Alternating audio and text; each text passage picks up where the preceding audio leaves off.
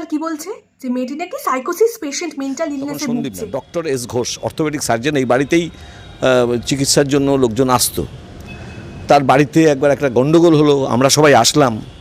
গন্ডগোলটা কি, যে তার ওয়াইফ, সেই সময়কার ওয়াইফ, তার বাচ্চা হয়েছে মাত্র 14 দিন, সেই অবস্থায় তাকে প্রচণ্ড পেটে লাথি মারে। শুনেছি এই ভদ্রমহিলা যিনি ওনার ওয়াইফ ছিলেন, তিনি নীলরতনের ডাক্তার ছিলেন। মানসিকতা ভালো ছিল না, ব্যবহার অত্যন্ত খারাপ ছিল। ওনার মায়েরও ব্যবহার ওনার থেকে আরও বেশি খারাপ ছিল।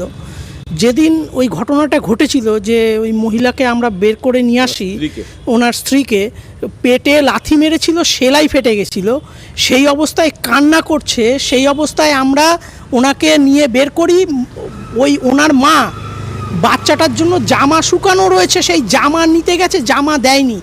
ডাক্তার দেখাতে আসলে ব্যবহার ভালো ছিল না, কিন্তু উনি ডবল ফিস নিতেন।